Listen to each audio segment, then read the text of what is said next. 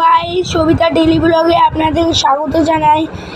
আজকের পড়ার ভিডিও করব। আগে অনেক দিন পড়া ভিডিও করি না। আর আগের বার ইতিহাসের একটা বই পড়ার ভিডিও দিয়েছিলাম, সেটা আপনারা অনেকেই দেখেছেন বোধ হয়, আমি এখনও দেখিনি। আজকের পড়ব মেঘমালায় পড়ব বিবেকানন্দের ছোটবেলা। আশা করি সবারই পছন্দ হবে। তাহলে পড়া যাক। বালক বয়সে স্বামী বিবেকানন্দ বাড়ির সবাই ডাকতো বিলে বলে। 5 বছর বয়সে তখন বিলের বেশ হৃষ্টপুষ্ট, উজ্জ্বল গায়ের রং, উঁচু নাক, চওড়া কপাল,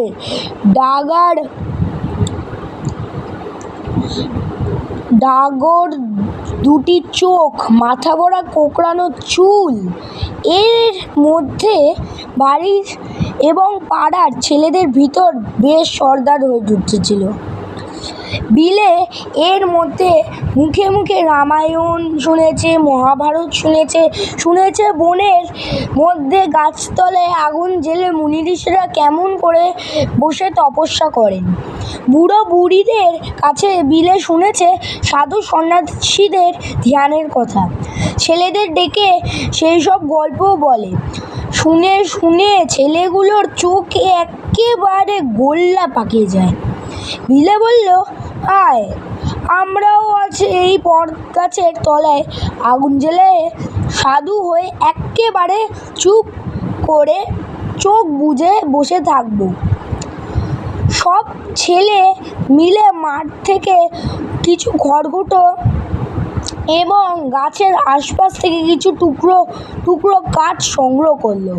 তারপর তাতে আগুন দিয়ে রীতিমতো সাধুদের ধুনি জ্বালানো হলো। বিলে বলল, এইবার এই আগুন ঘিরে চারিদিকে সব চোখ বুজে বসে পড়, দেখি কে কতক্ষণ চোখ বুজে থাকতে পারি। পরের পৃষ্ঠা। এখানে একটু মজারও আছে। পরের পৃষ্ঠাটা আমার তো খুব মজার লেগেছে।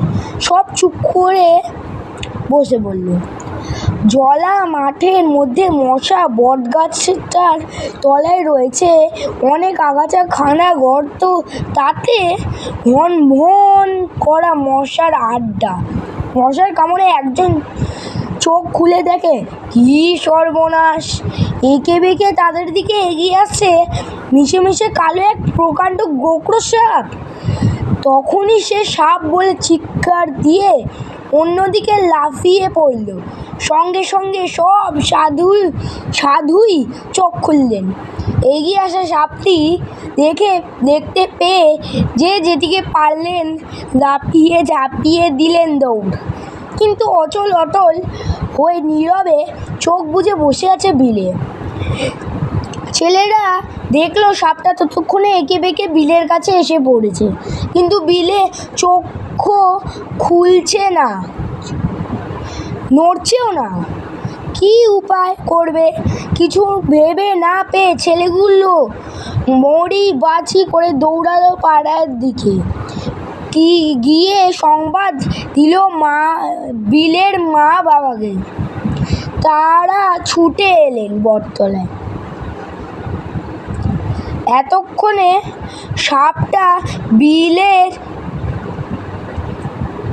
কাছে এসে এদিক ওদিক ঘুরে কোথায় চলে গেছে। বিলের মা বাবা এসে সাপটা দেখলেন না, দেখলেন শুধু বিলেকে চোখ বুজে টান হয়ে বসে আছে। মা এসে হাত ধরে জোরে নাড়া দিতে বললেন। বিলের ধ্যান ভেঙে গেল। বিস্মিতভাবে মা বাবার দিকে তাকিয়ে বলল, এ কি, তোমরা এখানে কেন? মা বললেন, গোখরো সাপেও তোর একটুও ভয় নেই হতভাগা? বিলে চারিদিকে তাকিয়ে বলল, কোথায় গোখরো সাপ? ছেলেরা বলল, এ তো তোর কাছেই এসেছিল।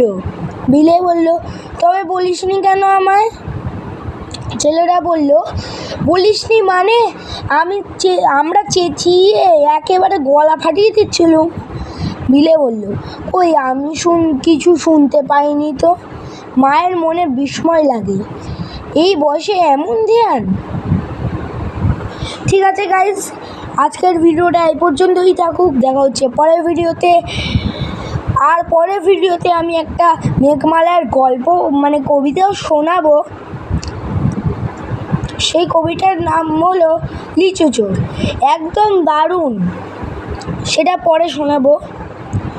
ঠিক আছে গাইস, আজকের ভিডিওটা এই পর্যন্তই থাকুক। দেখা হচ্ছে পরের ভিডিওতে।